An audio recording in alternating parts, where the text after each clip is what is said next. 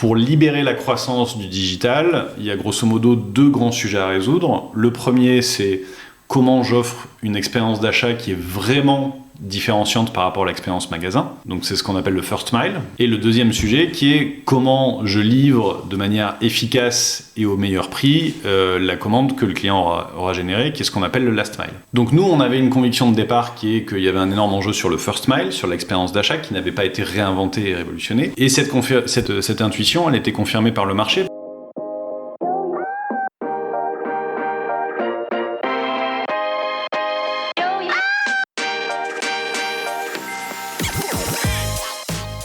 Bonjour et bienvenue parmi les Digital Doers, votre podcast source d'inspiration pour les acteurs de l'innovation. Ce programme est coproduit avec Comexposium pour l'événement incontournable qu'est le One-to-One Retail e-commerce de Monaco.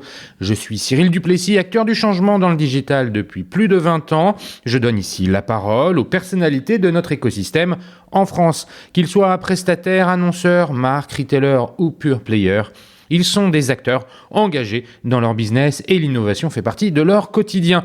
Source intarissable d'inspiration, je vous propose une conversation dynamique et sincère pour vous donner accès à leur retour d'expérience, leur vision et leur analyse sur les tendances et les perspectives marché.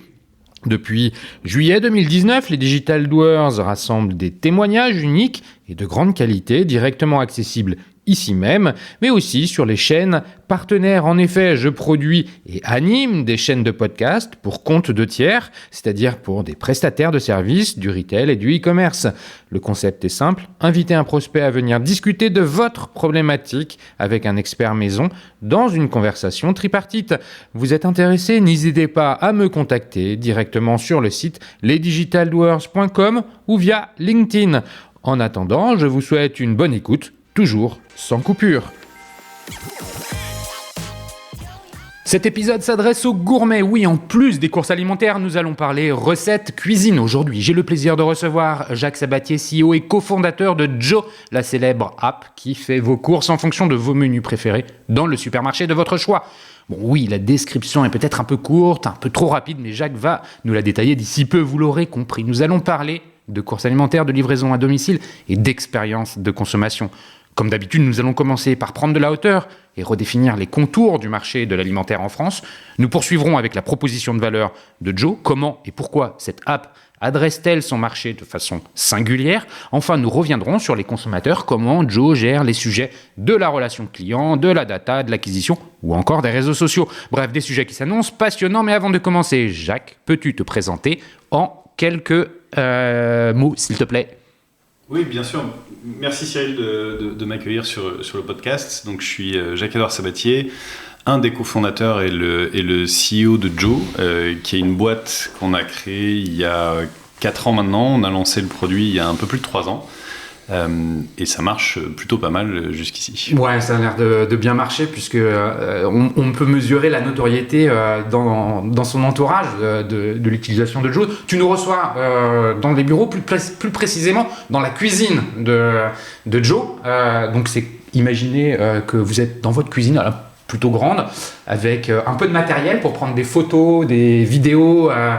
On va rentrer dans le détail de tout ça, mais enfin au moins on est en immersion complète ensemble pour l'enregistrement de cet épisode.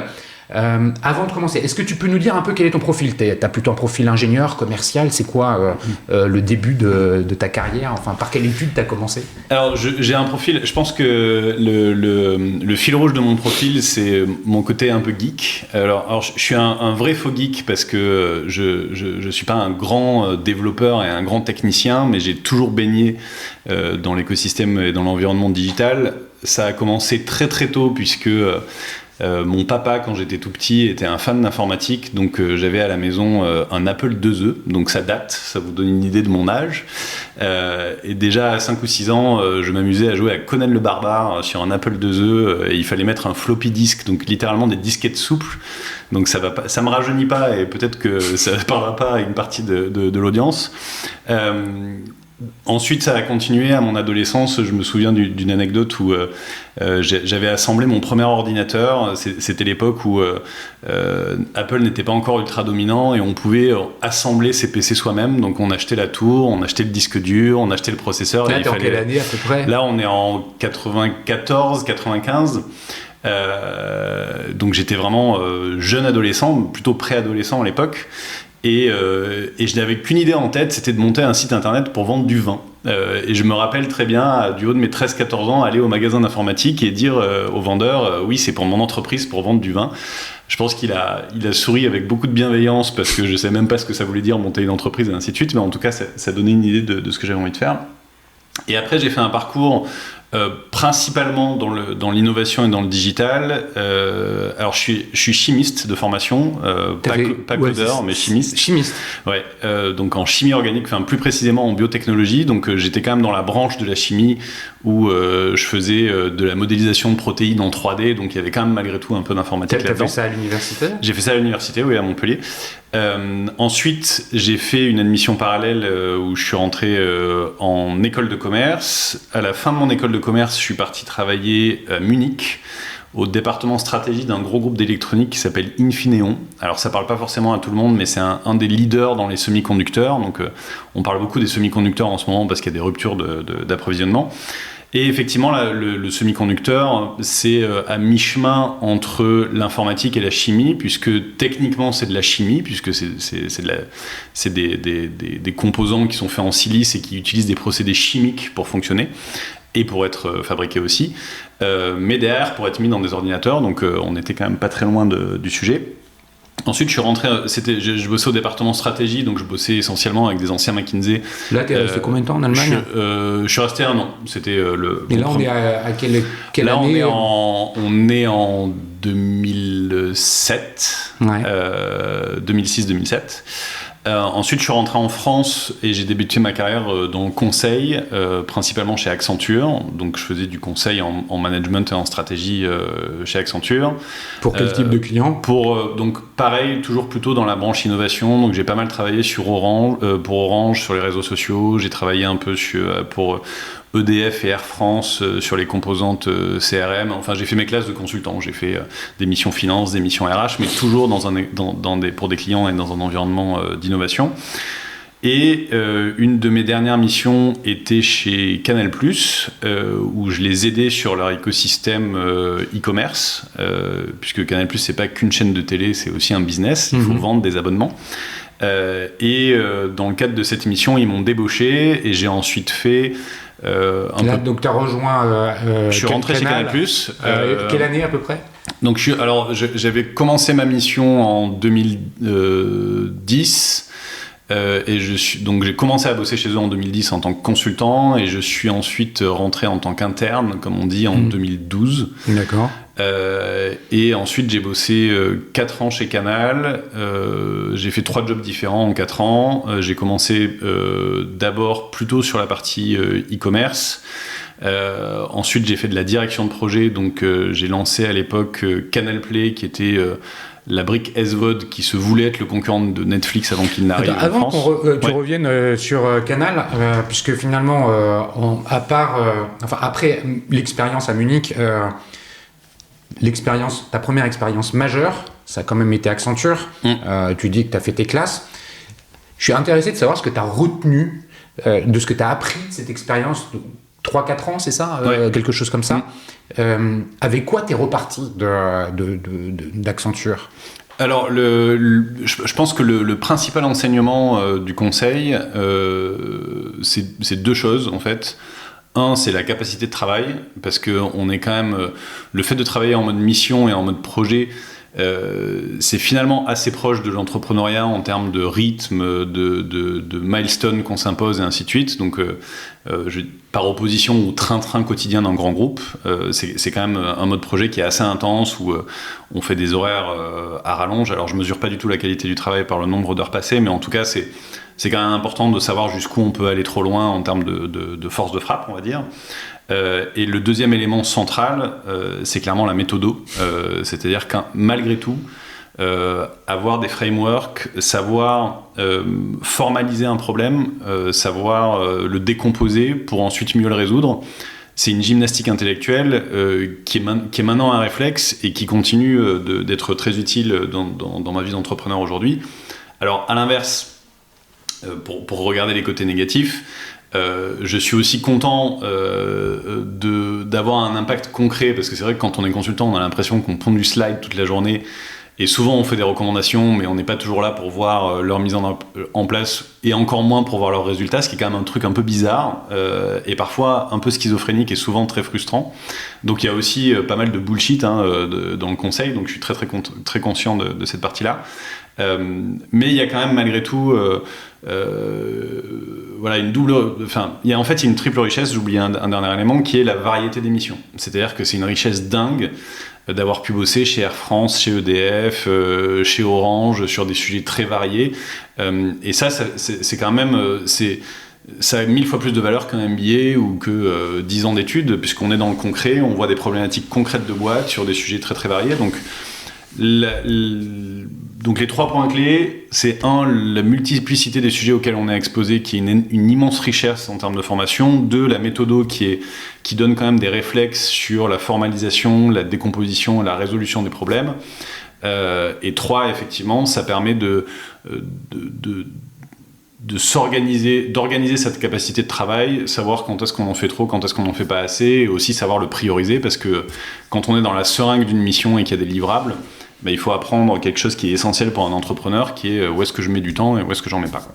Bon, alors ça, merci pour cette précision, parce que c'est vrai que c'est souvent important de comprendre ce qu'on a appris, en fait, et là tu l'as très bien synthétisé.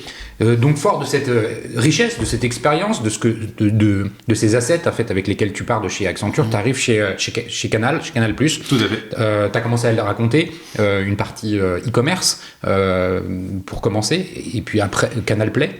C'est ça ? Oui, donc en gros, donc, j'ai d'abord bossé sur ce qui s'appelait à l'époque les offres Canal, qui était le portail e-commerce, donc comment on vend des abonnements en ligne, qui était quand même un sujet important, puisque c'est quand même le nerf de la guerre chez Canal+. Ensuite, j'ai fait de la direction de projet, en fait. Donc, j'étais directeur de projet sur 2 grands sujets. Le premier, c'était Canal Play. Donc, on a lancé l'offre de SVOD qui, comme je disais précédemment, était le Netflix de Canal+. Faut se remettre dans le contexte. À l'époque, Netflix n'était pas arrivé en France. Donc Canal+ et sa maison mère Vivendi s'étaient mis en ordre de bataille pour essayer de préempter le terrain avant que Netflix arrive, et donc c'est une mission qui m'avait été confiée, qui était hyper intéressante, puisque c'était à la fois la création du service, pas seulement sur Internet et sur mobile, mais sur tout un tas de devices. On faisait aussi Xbox, on faisait aussi les box des opérateurs, puisque de plus en plus les opérateurs sont des partenaires indispensables des fournisseurs de contenu, donc opérateurs Free, Orange, Bouygues Telecom et ainsi de suite.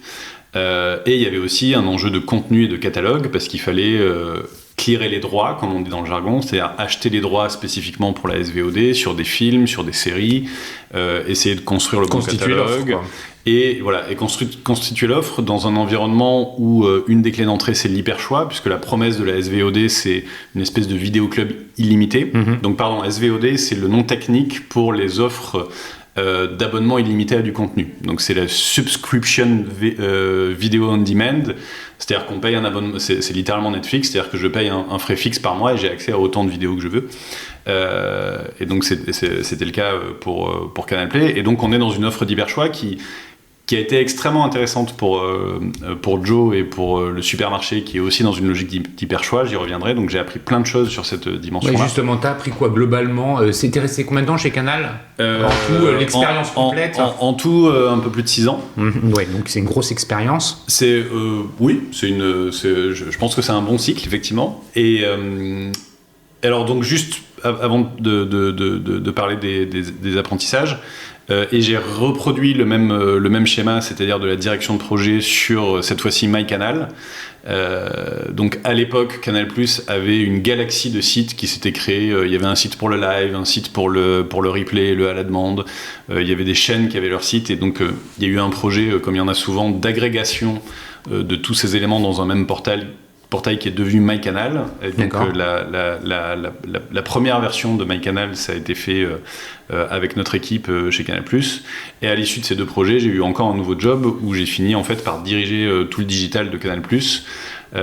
Donc là, aussi bien sur la dimension nouveaux contenus, donc on faisait de la production de youtubeurs, de nouveaux formats dédiés au web, que sur la dimension servicielle, donc comment on construit les sites, que sur la dimension business, sur tous les partenariats marques, le brand content et ainsi de suite, que sur la dimension acquisition, réseaux sociaux et ainsi de suite. Donc on avait dans ma business unit un panel assez large et un éventail assez large de compétences et d'expertise. Et je suis ensuite parti de Canal pour aller chez Joe. Et ça, cette transition Canal-Joe, c'est quelle année ? C'est 2016. 2016. Enfin, je suis parti de chez Canal en 2016 et on a créé Joe en 2017. Mais Okay. bon, enfin, c'est la période de transition. Tu as vécu une expérience très différente de celle d'Accenture, puisque pour le coup, tu étais de l'autre côté de la barrière, en fait, côté opérationnel, en étant chez Canal. Tu l'évoquais justement dans les à côté du conseil, c'est que tu conseilles et tu vois pas l'application concrète, la mise en œuvre des conseils que tu portes. Là, tu as été plus les mains dans le cambouis. Ça vient compléter finalement ce que tu as pu faire avant chez Accenture. T'en ressors avec quoi ? Alors, enfin, surtout si on le compare au conseil, il y a des choses fondamentales que j'ai pu apprendre. Alors la toute première, c'est le management, parce que quand on est consultant, on est souvent à la cave en train de bosser un peu tout seul ou avec une équipe d'autres consultants, mais qui tournent à chaque mission. Et certes, on a des managers, mais qui eux-mêmes tournent. Donc, il n'y a pas vraiment cette notion de management. Là, quand on fait de la gestion de projet, il faut apprendre à gérer ses propres équipes, mais aussi des équipes qui travaillent avec nous et qui ne sont pas directement sous notre responsabilité. Donc il faut, ça suppose d'apprendre beaucoup de choses sur comment on gère des équipes, les nôtres, celles d'à côté, comment on les fait travailler ensemble, comment on résout les problèmes, comment on les motive, comment on est positif, comment on amène de l'énergie dans cette équation. Donc clairement, mon passage chez Canal+, ça a été un apprentissage dingue sur la partie managériale, y compris jusqu'à la dernière expérience où j'avais quand même une business unit d'une 40-50 personnes. Donc ça a quand même été quelque chose d'extrêmement riche sur cette partie-là. J'ai aussi beaucoup appris, encore une fois, sur comment on déploie concrètement un projet. Donc pas s'arrêter à la recommandation de ce qu'il faut faire, mais se confronter à la réalité de comment on le fait et de comment on le met en œuvre, de comment ça se passe les premiers jours, est-ce que ça décolle. Enfin, je me rappelle comme si c'était hier du lancement de MyCanal et du lancement de Canal Play, où tous les jours on regardait combien il y avait de nouveaux abonnés, combien il y avait de nouveaux téléchargements et ainsi de suite. Donc c'est vraiment des périodes qui sont hyper excitantes et hyper enthousiasmantes.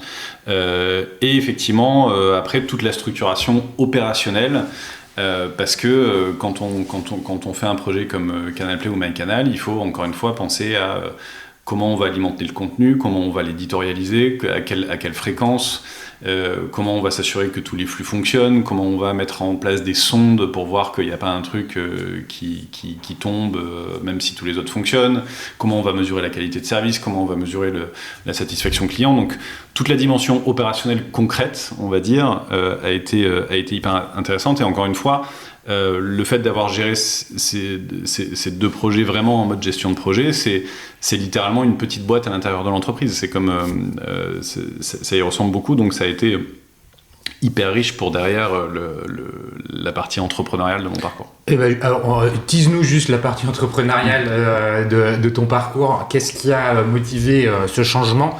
Pourquoi tu es parti de Canal ? Pourquoi tu as voulu créer Joe ? Un peu en mode teaser pour qu'on puisse ensuite, comme je le disais en introduction, revenir sur le marché qu'adresse Joe, et avant d'arriver sur la proposition de valeur à proprement parler. Alors, en vrai, j'avais déjà commencé à monter. Je pense que j'ai un vrai profil projet. C'est-à-dire que j'aime bien lancer des trucs. Je pense que ma principale qualité, c'est celle-là. Je suis beaucoup moins marathonien. J'ai énormément de défauts sur la partie long terme et ainsi de suite. Je pense que dans les profils classiques, je suis beaucoup plus sprinter, j'adore lancer des trucs, j'adore fédérer des équipes, j'adore monter des projets, c'est vraiment ça qui m'excite. Et ça s'est vu tout au long de mon parcours, que ce soit pour créer un club de modélisme quand j'étais au collège ou plus tard dans mes premiers pas dans l'entrepreneuriat. Le tout premier, en l'occurrence, c'était en 2007. En parallèle de mon job de consultant, j'avais monté une première boîte qui s'appelait Jaxo à l'époque. Comme quoi le J est très présent dans ma vie. C'est pas moi qui l'avais choisi, hein, mais qui faisait qui était une application mobile pour décoder les codes barres 2D, donc les QR codes et les data matrix. Aujourd'hui, ça fait partie de notre vie. Tout le monde sait à peu près ce qu'est un code barre 2D. Et c'est une fonctionnalité de base des téléphones portables, on se demande même plus comment ça fonctionne. Mais en 2007, il faut se remettre dans le contexte du marché, il n'y avait pas de smartphone. Le tout premier iPhone était sur le point de sortir, Android était embryonnaire, et le marché était dominé par Nokia et une pléiade de constructeurs. Et grosso modo, quand on voulait faire une application, il n'y avait pas d'App Store, et donc quand on voulait faire une application pour un de ces téléphones, il fallait souvent en faire 50, 100 versions différentes selon le type d'écran, le type de téléphone, le type d'OS. Nous, on le faisait en Java essentiellement, mais il fallait avoir quasiment 150 téléphones au bureau pour tous les tester. C'était des petits téléphones, des Sony Ericsson ou des Nokia, qui souvent étaient des téléphones à clapper avec les toutes premières caméras qui faisaient 1 mégapixel. Donc voilà, c'était une vraie performance à l'époque de pouvoir décoder des codes barres avec ces téléphones-là. Et pour la petite histoire, un de nos premiers clients que j'avais signé, c'était le groupement des Mousquetaires, donc c'était mon premier prêt dans la grande distrib. Et après, j'ai jamais trop... en bon geek, j'ai toujours été très très immergé dans l'écosystème entrepreneurial et start-up. Chez Accenture, il y avait un programme qui s'appelait la chaîne de l'innovation, qui était justement les interactions start-up grand groupe auxquelles je participais très régulièrement. Chez Canal+, on avait une entité qui s'appelait Canal Start, qui était l'entité start-up de Canal+, dont j'étais à la fin partner. Donc c'est notamment moi qui gérais les interactions avec les start-up au sein du groupe Canal+. Et donc en fait, j'ai été en permanence immergé dans cet écosystème et j'ai toujours eu les antennes sur ce qui se passe. J'ai vu beaucoup de modèles, j'ai vu beaucoup de pitch, donc je me suis beaucoup éduqué. Et on est littéralement dans la situation où il m'a fallu 10 ans pour monter une boîte du jour au lendemain. C'est l'expression consacrée. Mais c'est vraiment ça, c'est vraiment l'histoire de Joe, c'est ça. C'est un jour, j'ai rencontré ce problème moi-même, dont on va parler plus tard. Et tous les voyants dans ma tête se sont mis au vert. C'est-à-dire que le marché était évident, le besoin était évident, le marché était immense, en pleine croissance. Et donc en fait, ce qui m'a permis de comprendre cette opportunité et le potentiel de cette opportunité, c'est effectivement les 10 ans que j'avais passé avant à traîner mes guêtres dans l'écosystème startup français. Donc tu es parti de chez Canal avec l'idée sous-jacente que tu allais monter cette boîte et devenir entrepreneur. Bien sûr. En 2 mots, je pense que tu l'as. Comment tu définis Joe aujourd'hui ? C'est quoi Joe ? Alors Joe, c'est votre assistant personnel pour gérer la maison au quotidien. J'y reviendrai. Ça ne se limite pas. On a commencé effectivement sur la partie food. Donc le premier pas, c'était de résoudre la question des repas. Mais en fait, si on prend un peu de hauteur, quand on est chef de famille, on est en fait la personne la plus importante de la maison. Et un de nos enjeux au quotidien, c'est de faire tourner la maison. C'est de s'assurer qu'il y a à manger dans le frigo, c'est de trouver des idées pour les repas du soir, mais c'est aussi s'assurer qu'il nous reste de la lessive, du papier toilette, du shampoing. Et tout ce process-là, c'est comment je fais tourner la maison. Et aujourd'hui, on a une vision un peu triste des supermarchés, et un peu lointaine, mais la réalité, c'est que les supermarchés, c'est nos meilleurs partenaires et nos meilleurs fournisseurs pour faire tourner la maison. Et donc, ce qu'on veut faire, nous, de Joe, c'est littéralement votre assistant personnel pour vous aider à faire tourner la maison. Bon, on va revenir là-dessus. On va y revenir. C'est une belle promesse, en tout cas. Tu as commencé à en parler. On est quand même à l'origine sur le marché des courses alimentaires. auquel se greffe l'ensemble des produits liés à la maison. On comprend bien, dans un supermarché, il est vrai que non seulement tu achètes la nourriture, mais aussi les lessives et tous les consommables qui se trouvent dans la maison et dans le jardin. Ce marché, comment tu le définis aujourd'hui? Comment tu le perçois? Quels sont les enjeux auxquels l'ensemble finalement des acteurs de cet écosystème doivent faire face? Et au milieu de tout ça, les consommateurs. Alors c'est une très bonne question et effectivement c'est un élément central du projet de Joe. Donc je reviendrai sur les pain points clients qu'on essaie de résoudre, mais malgré tout pour comprendre la genèse du projet, le point de départ c'est je viens d'accueillir mon premier enfant, maintenant j'en ai 2, donc je viens de devenir papa, je viens donc de créer mon foyer. La création du foyer, c'est quand on s'installe avec son partenaire et ou quand on achète son premier appartement ou sa première maison et ou quand on a son premier enfant. Et la conjonction des trois, c'est la création du foyer qui suppose 2 choses. La première, des contraintes de temps et d'argent. Contraintes de temps parce qu'on n'est plus tout seul, donc on ne fait plus ce qu'on veut, il faut s'organiser avec les autres. Et contrainte d'argent parce que les enfants ça coûte cher, le crédit de la maison ça coûte cher, donc il faut être un peu plus malin sur son budget, et ça s'applique évidemment aux courses du quotidien. Et la deuxième chose, particulièrement si on a des enfants, c'est que c'est le moment où notre conscience alimentaire est à son maximum, parce que autant nous on accepte de temps en temps de manger n'importe quoi, a fortiori quand on est jeune et que ça n'a pas d'impact sur notre santé, quand on avance un petit peu dans l'âge, si on mange mal, ça se voit très très vite. Et quand on a des enfants, il est hors de question de leur mettre des perturbateurs endocriniens ou édulcorants ou tout autre élément suspect dans leur assiette et on devient un petit peu un fou de l'étiquette. Donc, pourquoi je dis ça? Parce que c'est littéralement le problème que j'ai rencontré moi. Le supermarché est re-rentré dans ma vie comme il re-rentre dans la vie de beaucoup de familles à ce moment-là. En général, on va au supermarché avec ses parents quand on est petit, puis ensuite le supermarché disparaît de notre vie et il re-rentre dans notre vie quand on crée son foyer. Et donc me voilà en train d'essayer de remplir mon frigo dans mon nouveau foyer. Et j'ai essayé toutes les applications et les sites web existants des supermarchés.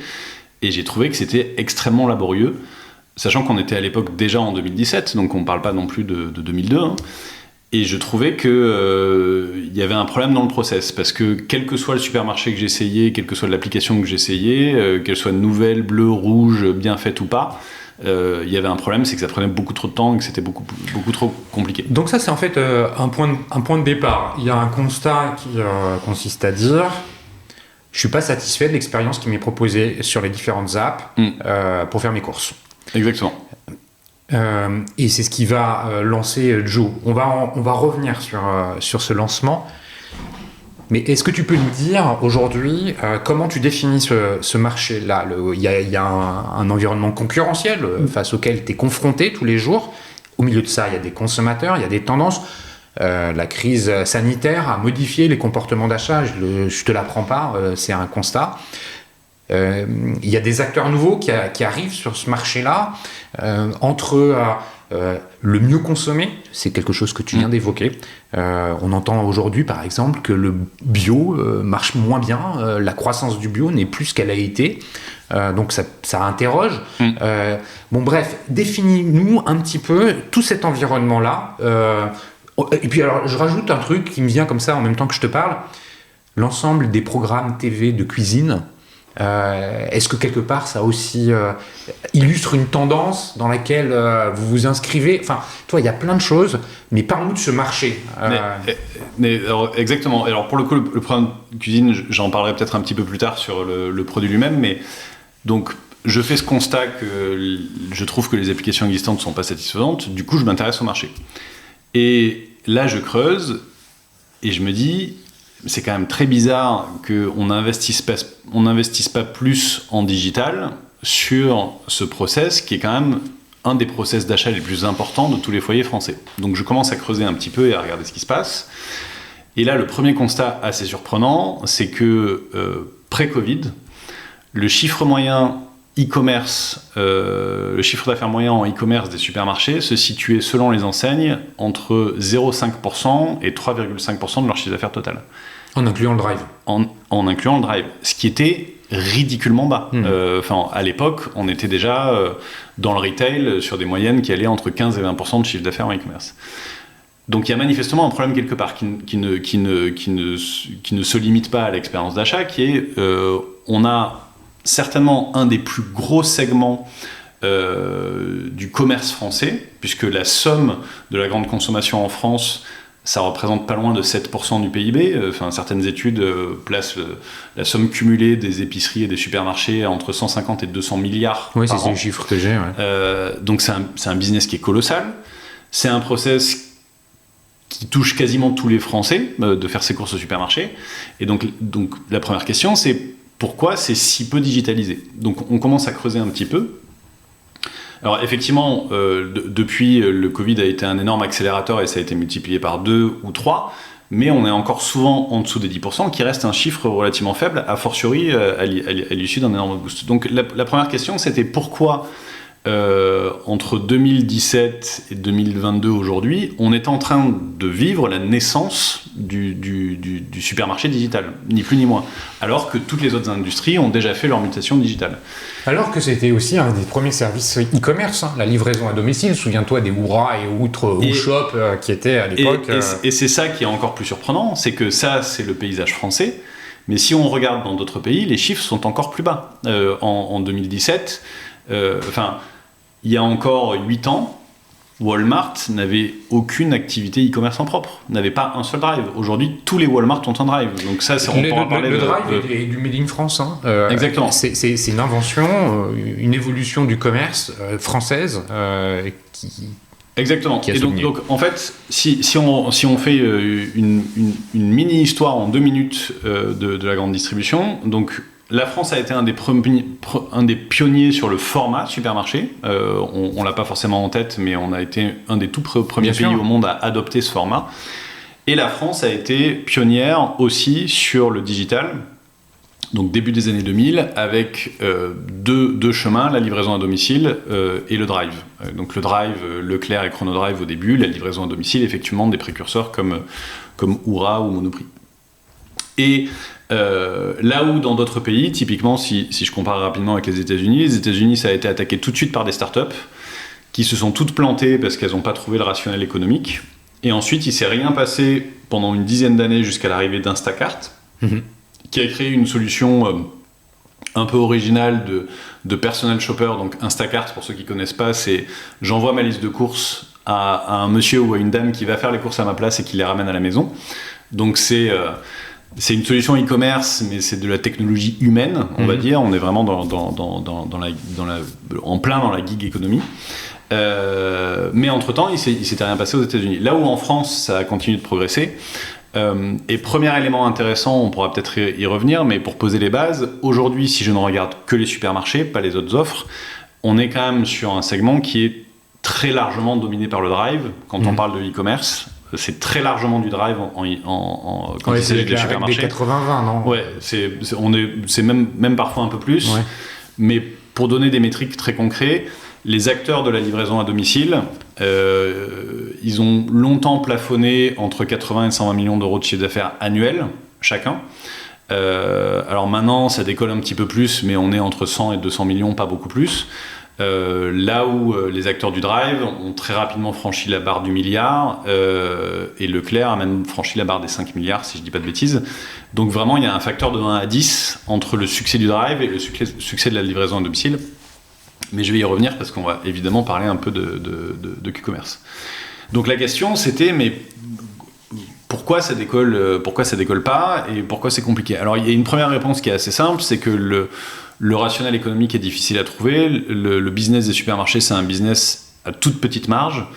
Et dès qu'on rajoute des coûts supplémentaires, c'est-à-dire une préparation de commande ou une livraison de commande, quand bien même on en fait supporter une partie du coût à l'utilisateur, l'équation économique est très difficile à trouver. Donc, il faut des volumes. Il faut beaucoup de volume. Et donc on est dans dans le paradoxe classique des grands groupes, c'est que si j'investis pas massivement, je vais pas générer de changements massifs. Et donc je pense qu'il y a pas mal de choses qui ont été faites pour tester, qui fonctionnaient pas trop mal, mais ils n'avaient pas trouvé la recette gagnante sur la partie économique.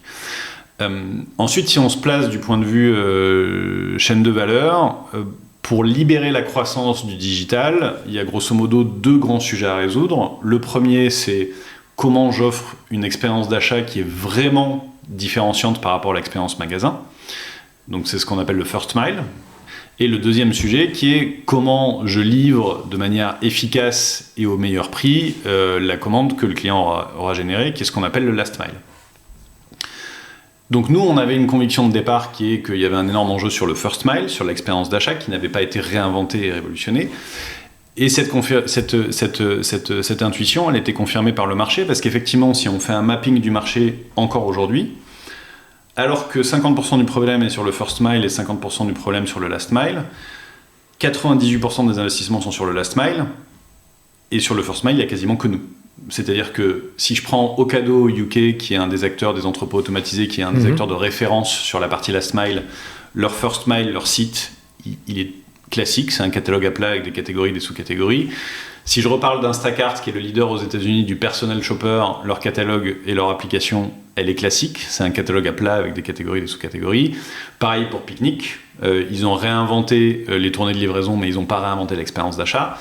Et pareil, y compris pour les nouveaux entrants dans le Q-commerce, ils ont révolutionné le last mile et la livraison, mais l'expérience d'achat, alors elle est un peu plus fluide parce que comme ils ont des assortiments plus courts, il y a moins de produits, donc on trouve plus vite ce qu'on cherche, ce qui est déjà une très bonne chose. Mais il n'y a pas eu vraiment de révolution sur le. On va venir sur la révolution de cette expérience d'achat. J'aimerais faire un petit focus sur le consommateur, les besoins. Et ça va aider à répondre justement à ce point sur l'expérience d'achat. De quoi il a envie, qu'est-ce qu'il recherche. Quand il y a quelques mois, il y a une année, quand les premiers acteurs du Q-commerce sont arrivés en France, on a entendu beaucoup de personnes crier au scandale, que la flemme économie, que ça n'allait pas marcher. Bon, et force est de constater que ça marche. C'est-à-dire que les livreurs, on les voit dans les rues, on en voit plusieurs. Avec des arrivées tous les 4-5 mois d'un nouvel acteur. Alors oui, il va y avoir de la concentration, mais ça fonctionne. Le besoin du consommateur, il est où ? C'est quoi les tendances consommateurs par rapport à l'ensemble de l'expérience d'achat ? Évidemment, dernier kilomètre, mais aussi l'expérience au début. Alors, je vais garder le même découpage, first mile, last mile. Donc sur l'expérience d'achat, le besoin du consommateur, il est polymorphe. Parce que, grosso modo, si je simplifie, le panier, il y a une partie qui est alimentaire et il y a une partie qui est produit du quotidien. Sur la partie alimentaire, ce que veut le consommateur, c'est de l'inspiration.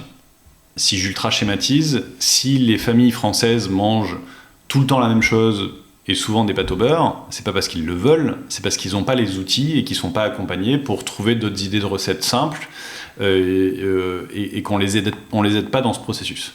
Donc là, c'est une des missions de Joe, c'est d'accompagner le consommateur sur la partie inspiration et de faire les courses à sa place en fonction des recettes qu'il aura choisies, et donc de ne plus commencer par le produit, qui est finalement une entité qui n'a pas un paquet de pâtes. Mais par le plat, en fait. Mais on commence par la recette, qui est le véritable usage. Et donc ça, on y reviendra, mais c'est une différence fondamentale. Et ensuite, sur la deuxième partie du panier, qui sont les produits du quotidien, donc le shampoing, le dentifrice, la lessive, c'est un besoin qui est complètement différent. C'est on-off. Du papier toilette, ce que je veux savoir, c'est s'il m'en reste ou pas. J'ai pas besoin d'inspiration à chaque fois pour me présenter un nouveau papier toilette. Et donc là, déjà, on met le doigt sur un problème, c'est qu'on peut pas offrir la même expérience d'achat pour des usages et des besoins qui sont différents. Un besoin d'inspiration, ça n'a rien à voir avec un besoin d'automatisation. Donc, et c'est comme ça qu'on a construit le produit Joe dont on parlera tout à l'heure. On apporte de l'inspiration sur la partie food, et on apporte de l'automatisation sur la partie des produits du quotidien pour qu'on n'ait même plus besoin de réfléchir à s'il nous reste du liquide vaisselle ou du c'est presque une bonne transition, j'ai envie qu'on y aille, mais globalement, est-ce que tu peux nous parler des différences de comportement d'achat que tu peux observer entre les grandes villes, les métropoles et les zones plus rurales? Est-ce que ça s'observe? Est-ce que c'est quoi la réalité là-dessus? Alors, c'est pour juste enlever le côté très parisien des innovations dans la livraison ultra rapide, parce que la réalité, elle est. Alors, si je suis ravi de désacraliser le côté parisien, parce que c'est effectivement un des problèmes qu'on rencontre nous, parce que nous, on ne s'adresse pas uniquement aux Parisiens, on s'adresse beaucoup plus à tous les Français. Et c'est vraiment quelque chose qui est assez spécifique chez nous. Donc, pour le prendre sous l'angle du marché, nous, ce qui nous a surpris, c'est que quand on a regardé les innovations, il y a eu une énorme vague food tech sur les 10 dernières années. Quand on regarde à qui s'adressent ces innovations food tech, elles s'adressent dans la quasi-totalité des cas aux 10% des urbains les plus riches qui peuvent se payer un hamburger tiède à 25 € déposé devant leur porte. Non mais je suis volontairement provocateur, mais c'est vrai. Ouais. Et à l'inverse, quand on regarde la réalité du marché, 80% des familles françaises mangent chez elles essentiellement des choses qu'elles ont achetées au supermarché. Et qu'est-ce qu'il y a eu comme service autour de la food des supermarchés sur les 10 dernières années? Aucun. Il n'y a pas une start-up qui s'est attaquée aux 80% de familles françaises qui avaient besoin d'aide pour mieux manger, avec comme base de sourcing le supermarché. Et les supermarchés ont fait des milliards d'innovations, encore une fois, sur le last mile, le drive piéton, le click and collect, et ainsi de suite. Mais finalement, très peu, beaucoup d'innovations aussi sur les produits, donc des nouvelles gammes de produits. Ils ont pris en compte les retours de Yuka et ainsi de suite. Donc il y a plein de trucs qui vont dans le bon sens, mais sur la partie servicielle, il n'y a eu aucune création de service pour les 80% de familles françaises qui font leurs courses alimentaires au supermarché.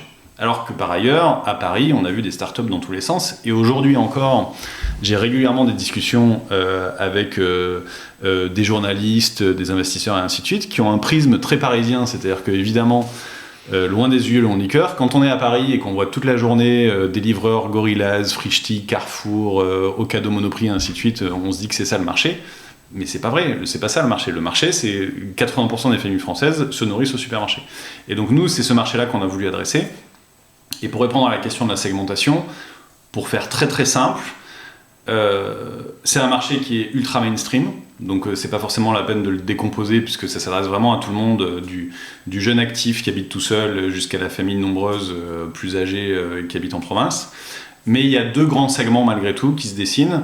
Il y a un premier segment qui est la famille qui va plutôt habiter en province ou en zone périurbaine, qui va essentiellement faire ses courses pour toute la semaine, donc un gros caddie en drive, ça c'est le premier segment, qui correspond en magasin physique au format supermarché-hypermarché.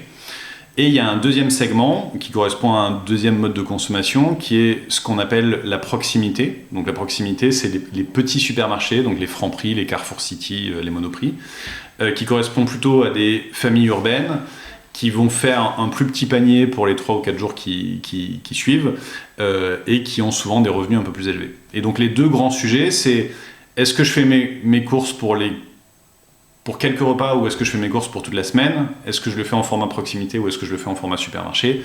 Est-ce que j'ai beaucoup d'argent ou est-ce que j'ai un budget réduit? Mais c'est grosso modo les deux grands axes. Et évidemment, entre les deux, il y a tous les sous-segments qu'on peut imaginer. Alors, merci pour ces éléments très clairs et qui vont me permettre de... Tu vas me dire si je me trompe. Je vais essayer de raconter finalement comment j'ai perçu l'offre de service de Joe et puis tu corriges si c'est faux. L'idée, c'est d'arriver sur l'app, de s'enregistrer, d'enregistrer la chaîne de magasins où on a l'habitude de faire ses courses. Donc, par exemple, moi, j'ai l'habitude de faire mes courses chez Carrefour. Je vais rentrer mon numéro Carrefour, de client de ma carte Carrefour. Et en fonction de la zone géographique où je me trouve, on va allouer le Carrefour le plus proche de chez moi. Ce qui veut dire que c'est Carrefour qui va me livrer, in fine, mes courses. Tout à fait. Une fois que ça, c'est paramétré, je vais rentrer des habitudes alimentaires, des menus, le nombre de personnes qu'il y a dans mon foyer et des habitudes alimentaires. On va me proposer en fonction de ça, des listes de recettes, de menus. Et puis, je vais les sélectionner, je vais pouvoir ajouter ou retirer des recettes, ajouter ou retirer des convives. Si on se dit, par exemple, dans la semaine, je vais avoir un dîner où je reçois des amis, il faut que je rajoute 4 personnes, donc je peux les rajouter. Et à la fin, quand on valide, ça fait la liste des courses de produits qui sont disponibles chez Carrefour. On paye et Carrefour nous livre les produits avec lesquels on va pouvoir composer les menus qui nous ont été suggérés. Est-ce que c'est à peu près ça ? C'est exactement ça. Donc l'idée de Joe, en fait, c'était d'inverser la tendance et de refaire les courses dans le bon ordre. Inverser la tendance parce qu'aujourd'hui, on met toute son énergie dans faire les courses et finalement très peu d'énergie dans le bien manger. Et faire les courses dans le bon sens parce que c'est une anomalie, c'est un artefact et c'est une anomalie de commencer par le produit, donc de d'abord aller en magasin et ensuite de se demander ce qu'on va faire à manger. Il faut le faire dans l'autre sens, il faut d'abord se dire qu'est-ce qu'on a envie de manger et ensuite faire les courses en fonction. Donc nous, notre thèse de départ, c'était de dire ça, on fait aujourd'hui les courses à l'envers, on va le samedi en magasin, souvent on vit ça comme une corvée, on fait ses courses un petit peu à l'inspiration du moment, dit autrement en freestyle ou à la va-vite. Et on se dit, c'est bon, j'ai payé les courses. En fonction des têtes de gondole et des promos, on va dire qu'on va échanger un peu et on n'a aucun plan. La vérité, c'est qu'on n'a aucun plan. Et ça, on le paye la semaine suivante, parce que quand on rentre chez soi la semaine suivante, on ouvre son frigo et on est tous les soirs exposé à la même question, qu'est-ce qu'on fait à manger ce soir ? Et comme notre frigo, c'est un bazar qui est lié à notre inspiration du moment du week-end précédent et qui n'a aucune organisation à l'intérieur, on bricole. Et donc, faire ses courses est une corvée, et cuisiner est une souffrance parce que c'est du bricolage et qu'on n'a jamais ce qu'il faut pour faire ce qu'on a envie de faire. Donc nous on s'est dit en fait il faut le faire dans l'autre sens, il faut se dire et c'est une inspiration de tous les papas et les mamans notamment de grandes familles savent que c'est la bonne organisation. D'abord je fais la liste des recettes que j'ai envie de faire et après j'achète en fonction. Le seul petit écueil de cette approche, c'est que si l'ennemi principal du supermarché, a fortiori en digital, c'est l'hyper-choix. Une expérience où on est face à un hyper-choix, c'est une expérience qui est compliquée et qui parfois même peut être un peu anxiogène pour certains clients. Si à cet hyper-choix de produits, on ajoute un hyper-choix de recettes, c'est déjà très long de choisir ces produits. Si on rajoute à ça 1 heure de préparation de course, c'est-à-dire que pendant 1 heure, il faut que je cherche des recettes, machin truc, je vais jamais y arriver. Donc un des trucs qu'on a compris très très vite, c'est qu'il fallait pas proposer un catalogue de recettes, il fallait directement faire un menu prêt à l'emploi et totalement adapté au profil de l'utilisateur. Et là, c'est assez saisissant parce que de la même manière que je disais, il y avait personne sur le first mile et nous, on est les seuls sur le first mile quand tout le monde est sur le last mile. Il n'y a aujourd'hui, à part Joe, littéralement aucun moteur de recommandation de recettes sur le marché. Alors qu'on a Spotify pour nous recommander de la musique, on a YouTube pour nous recommander des vidéos. Aujourd'hui, il n'y a pas un site où je peux aller et dire « Je suis Jacques, on est 4 à la maison, on a un four, un micro-ondes, mais on a des plaques, mais on n'a pas de Thermomix.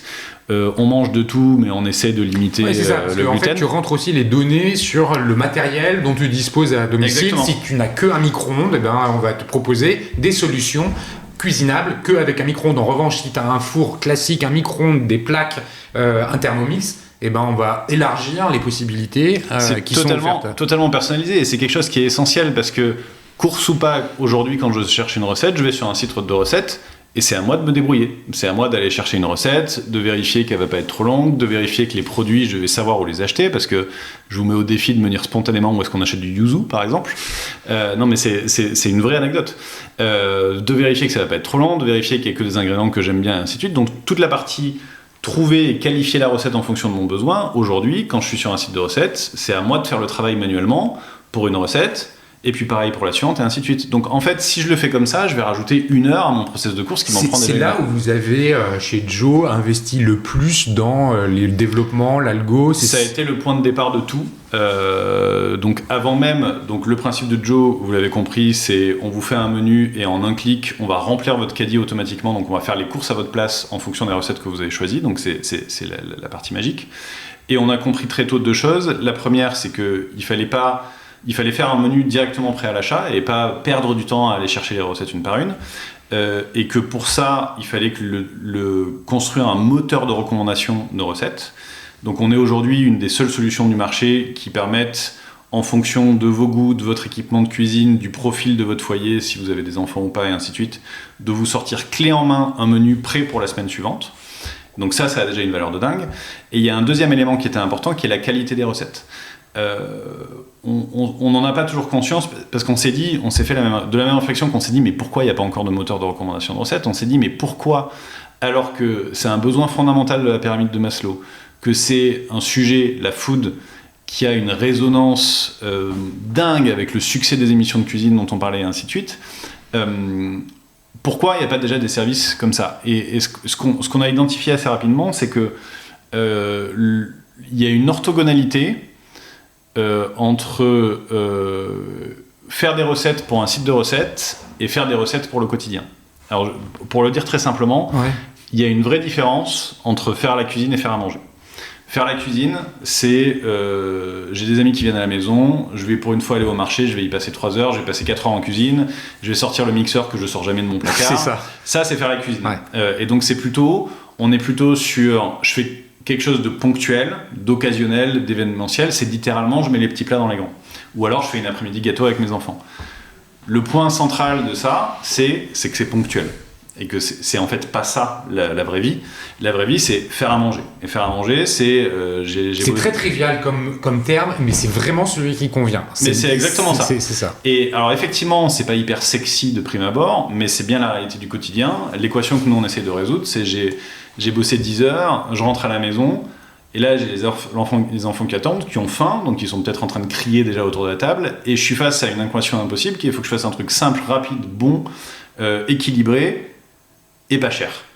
Et ça, pas que le lundi soir, mais aussi le mardi soir, aussi le mercredi soir. Et donc vous avez investi ça, en fait. Votre solution aujourd'hui et les développements qui ont été derrière permettent ça. Il y a quand même dans l'équation une autre donnée qui est à prendre en compte, qui est celle des distributeurs. Comment tu fais le lien entre finalement l'app et puis le compte Carrefour? Est-ce que quand moi, consommateur, je paye sur Joe, je paye à Joe ou je paye à Carrefour? Alors ça c'est effectivement le deuxième point qui est très important. Donc le premier facteur clé de succès pour rendre une recette achetable, le premier facteur clé de succès, c'est que la recette soit elle-même pertinente. Donc ça, c'est le fameux faire à manger. Et donc pour revenir sur notre investissement initial, avant même de lancer le développement de l'app, le premier truc qu'on a fait, c'est d'écrire la charte de qu'est-ce que c'est une recette simple et une recette du quotidien. Et donc toutes les recettes Joe sont faites par Joe pour Joe. Et elles sont toutes faites avec cette idée il faut qu'elles soient malines, simples, équilibrées, adaptées au quotidien. Le deuxième point, et ce catalogue de recettes-là, il n'existe pas. Sur le marché, il n'existe pas. Le deuxième point, c'est que toutes ces recettes-là, elles sont, by design, dès leur conception, pensées pour être achetées dans un supermarché. C'est un élément qui paraît évident, mais qui est en fait hyper important. C'est-à-dire que vous pouvez, je reprends mon exemple du yuzu, on peut faire une recette très simple avec du yuzu. Un poisson ou une viande cuite rapidement et après je mets mon yuzu dessus en condiment. Le problème, c'est que le yuzu, je ne vais jamais en trouver en supermarché. En livraison à domicile ou en drive, il n'y a quasiment jamais du poisson frais qui est disponible. Donc il y a tout un éventail de recettes qui ne seront jamais faisables si on prend comme point de départ le sourcing du supermarché. Ça veut dire que tu fais la curation de ce qui est utilisable ou pas dans les aliments de Carrefour, Monoprix, Auchan, Super U ou... C'est-à-dire que je fais mes recettes en fonction de ce que je sais d'un assortiment de supermarché. Et alors, donc ça veut dire que tu es certain que dans la recette qui t'est proposée, alors que tu as rentré ton compte Carrefour, Super U, Intermarché, whatever, tu es certain que finalement la recette qui était proposée, les aliments vont être disponibles dans le supermarché? Alors voilà, donc c'est pour ça que donc comment on peut s'assurer que les recettes qu'on propose vont être disponibles pas seulement chez Carrefour mais dans votre Carrefour à vous, puisque ce qui nous intéresse c'est l'assortiment de votre magasin, pas seulement du catalogue Carrefour.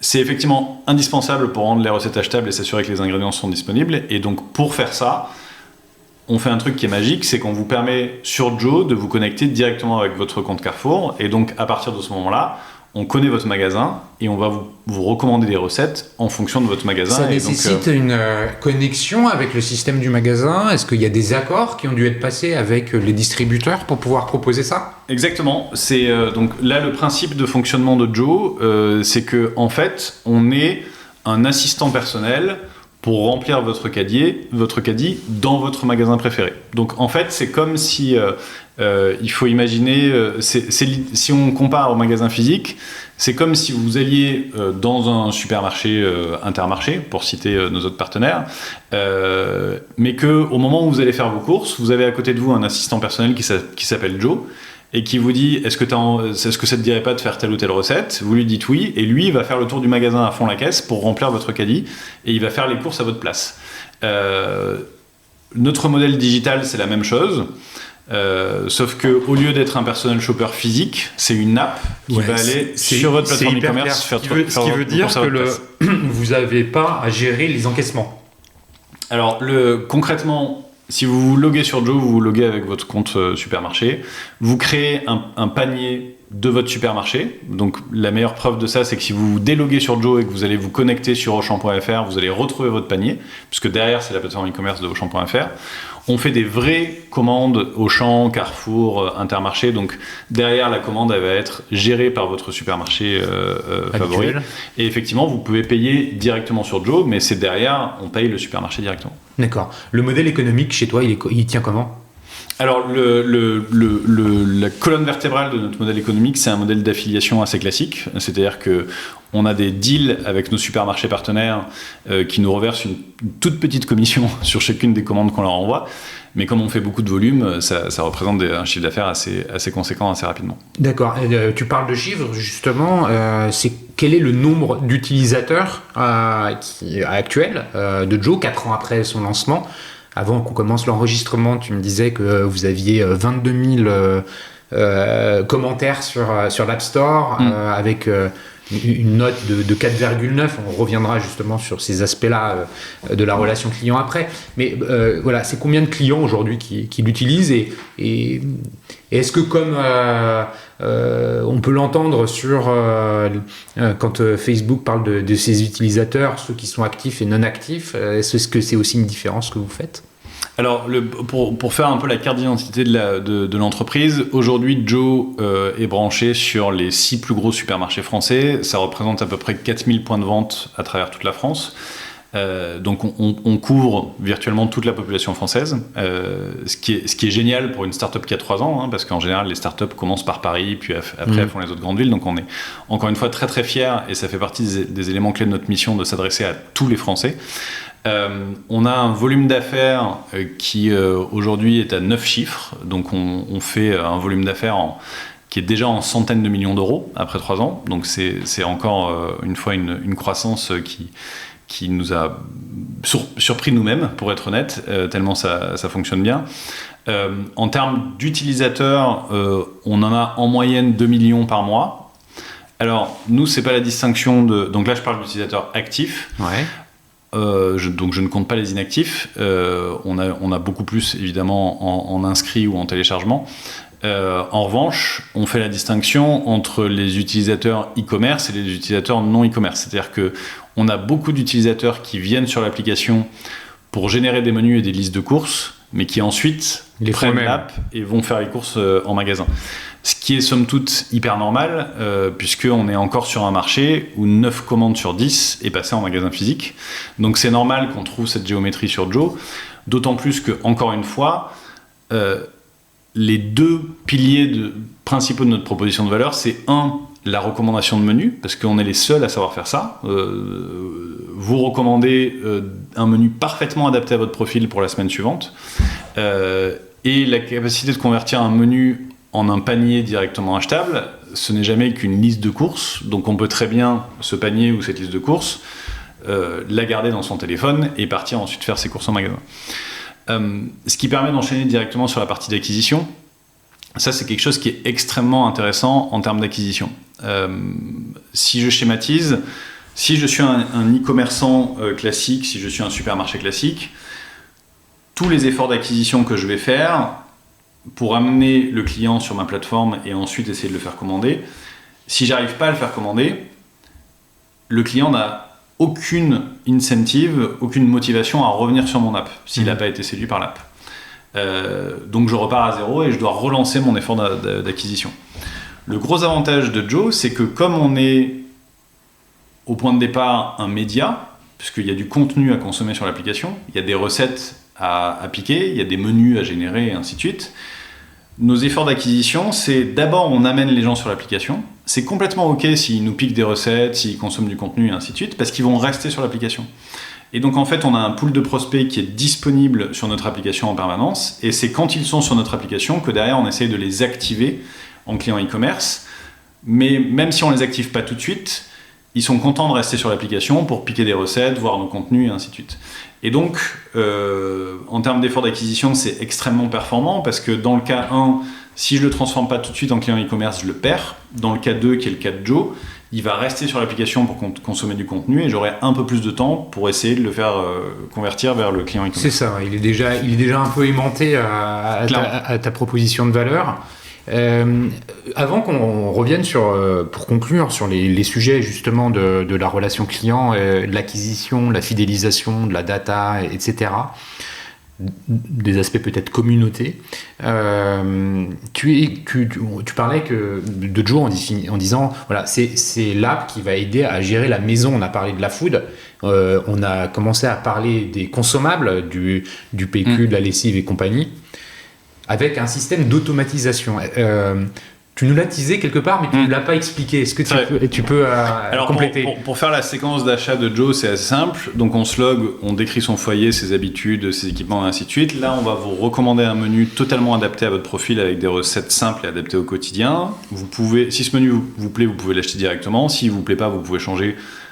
C'est 100% recommandé, mais 100% flexible. Vous pouvez changer les recettes, changer le nombre de couverts. Vous avez totale latitude sur la configuration de ce menu. Vous cliquez sur suivant, donc c'est là que la magie opère, on va remplir automatiquement votre panier avec tous les produits nécessaires qui eux aussi vont être profilés en fonction de vos habitudes. Donc si vous achetez une recette de pâtes et qu'on sait que votre marque favorite c'est Barilla, on va vous mettre des Barilla par défaut dans votre panier. Pour autant, si on s'est trompé, vous pourrez cliquer sur le produit et là encore, flexibilité totale, vous pourrez aller chercher n'importe quel autre spaghetti dans le magasin.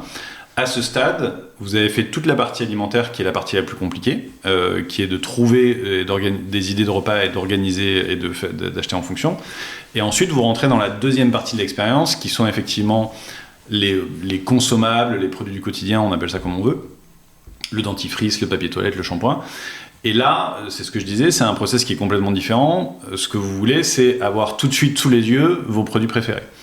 Donc dans cette partie-là, vous avez évidemment accès à tous les rayons classiques du magasin pour compléter votre panier, vous avez accès au moteur de recherche si vous voulez chercher un produit en particulier, mais ce qu'on fait nous, c'est qu'on fait une liste, on fait automatiquement une liste de vos produits préférés, qui sont soit des produits que vous avez explicitement indiqués comme étant vos favoris, soit des produits qu'on voit que vous achetez fréquemment. Et donc en fait, vous avez vos produits favoris et achetés fréquemment, vous n'avez plus besoin d'aller les chercher, on fait automatiquement la liste pour vous. Et tu coches ou il n'y a plus qu'à cocher les produits dont on a besoin. Et donc ça, c'est effectivement la deuxième partie de l'accélération de l'expérience. Comme toute start-up, on a dû commencer par un sujet. Donc le premier truc qu'on a craqué, c'est la food, qui était le sujet le plus important parce que la première raison pour laquelle on va au supermarché, c'est bien pour s'acheter à manger. Et maintenant qu'on a clairement craqué ce sujet-là, puisque ça fonctionne extraordinairement bien, on s'attaque à la deuxième partie du panier, qui est comment j'automatise mes sujets du quotidien. Et c'est marrant parce que si on fait un petit retour sur le marché, il y a la partie food, il y a la partie produits du quotidien, et il y a plein de startups qui ont essayé d'attaquer des morceaux de ce panier e-commerce, mais sans jamais couvrir la totalité. C'est-à-dire que sur la partie food, ça a été attaqué notamment par les meal kits, donc les HelloFresh, Blue Apron, Kitok, sauf qu'un kit de recettes, ça résout quelques repas par semaine, pas tous les repas, et il faut de toute façon aller au supermarché pour tout le reste. Accessoirement, c'est souvent beaucoup plus cher que le supermarché, et c'est pas du tout recommandé et pas du tout flexible. Là où Joe, ça peut résoudre virtuellement tous les repas. On peut faire toutes ses courses directement sur l'app, donc on n'a pas besoin on peut aussi faire ses courses au supermarché. C'est 100% recommandé, 100% flexible. J'ai le choix dans les recettes, j'ai le choix dans le nombre de recettes, j'ai le choix dans les produits, ainsi de suite. Et surtout, c'est au prix du supermarché, donc c'est game changer. Et sur la deuxième partie du panier, qui sont les produits du quotidien, donc le shampoing, les croquettes, la lessive, Là, pareil, il y a eu sur les 10 dernières années des milliers d'initiatives. Amazon Dash Button pour recommander de la lessive automatiquement, Barker.com pour avoir les croquettes pour chiens automatiquement, Diapers.com pour avoir les couches automatiquement. Mais nous, quand on a regardé ça, on s'est dit, mais pourquoi fractionner ces trucs quand en fait tout est déjà disponible dans un supermarché? On peut pas imaginer un futur où j'ai un livreur qui arrive pour les couches, puis un autre pour les serviettes hygiéniques, puis un autre pour l'eau minérale, puis un autre pour les lames de rasoir. Ça n'a aucun sens. Et donc la valeur centrale du supermarché, c'est tout sous le même toit. Et donc sur la partie produits du quotidien, ce qu'on essaie, c'est d'automatiser les achats de repeat, comme on les appelle, qui ont des fréquences différentes, qui correspondent à des patterns et à des modèles d'achat différents. Sauf que les supermarchés, ils ont toute cette data, ils ont toute cette connaissance, il n'y a plus qu'à la mettre en œuvre. Ok, merci pour ces éléments-là. Justement, revenons sur le consommateur. Comment vous les gérez, vos utilisateurs? Tu as commencé à donner des éléments de réponse en disant qu'il y a d'un côté les acheteurs, de l'autre les utilisateurs de l'app, et j'ai envie de les appeler les squatteurs, mais c'est de bonne guerre, de la même façon que la Fnac laisse les enfants lire les BD dans les rayons. C'est un peu ça, peut-être. C'est clairement l'idée. Voilà, l'idée. C'est quoi la suite? Comment ça fonctionne? Comment vous les animez? Comment vous leur parlez? Comment vous obtenez le retour d'informations? Comment le service client opère? Enfin, comment vous prenez la parole avec eux? Alors, il y a...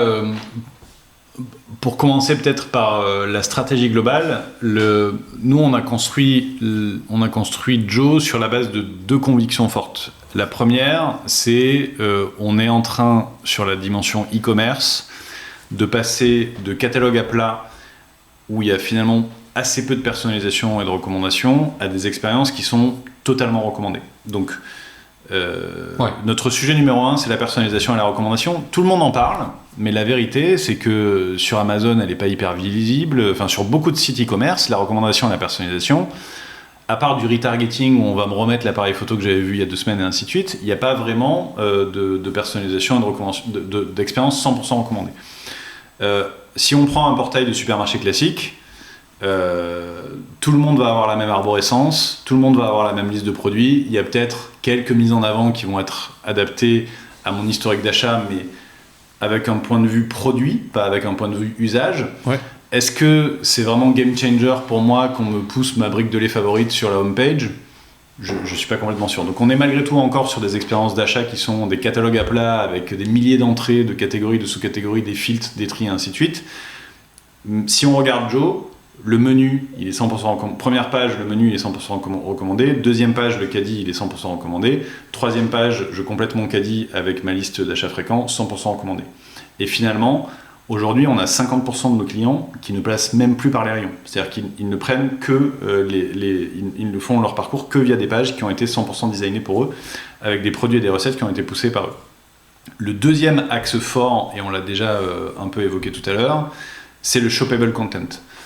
Sur les 20 dernières années, on avait d'un côté les sites qui donnent envie, Instagram, et de l'autre côté les sites qui nous vendent les produits, Auchan, Carrefour, Amazon. Et quand on se met dans la peau d'un client, si j'ai envie d'acheter un truc, je vais le repérer chez un e-commerçant, puis après je vais aller sur YouTube voir une vidéo d'unboxing, puis après je vais aller sur Instagram pour voir s'il n'y a pas un influenceur qui a fait une review. Et la question c'est pourquoi tous ces éléments, pourquoi tout ce contenu qui m'aide à l'achat n'est pas disponible directement sur la fiche produit. Donc une des convictions fortes de Joe, c'est qu'on est en train d'assister à la convergence du contenu et du e-commerce. Et ça se voit, Instagram fait des shoppable posts, maintenant je peux acheter directement depuis un post Instagram. Les retailers investissent de plus en plus dans le contenu. Sur Amazon, il n'y a pas besoin de faire de dessin, mais il y a une grosse tendance autour du live shopping. On utilise de plus en plus des influenceurs.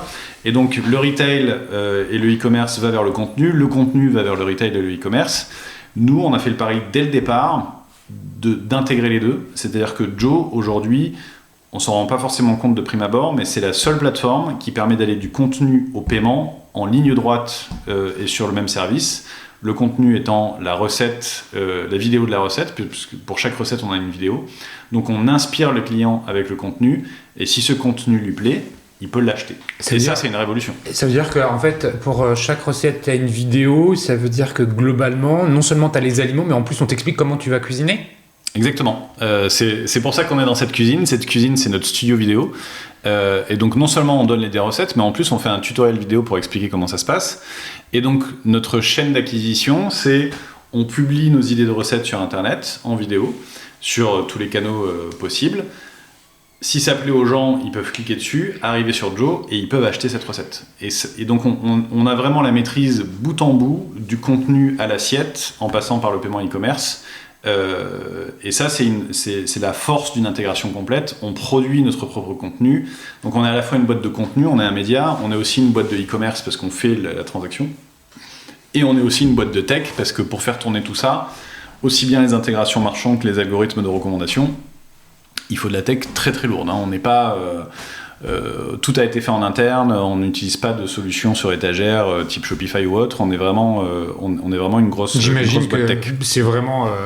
C'est vraiment un élément différenciant. Avant que le mot de la fin et la conclusion, quelles sont les prochaines étapes pour Joe? C'est quoi les projets de développement? Est-ce qu'on parle de l'international? C'est quoi? Alors, la grosse prochaine étape pour nous, c'est qu'on est en train de lancer aux États-Unis. C'est déjà une réalité. On a 10% de notre équipe qui est américaine. On a des bureaux aux États-Unis. L'app est disponible sur l'App Store aux US. Donc on est en soft launch, comme on dit dans le jargon. Donc ça, c'est notre prochain gros marché.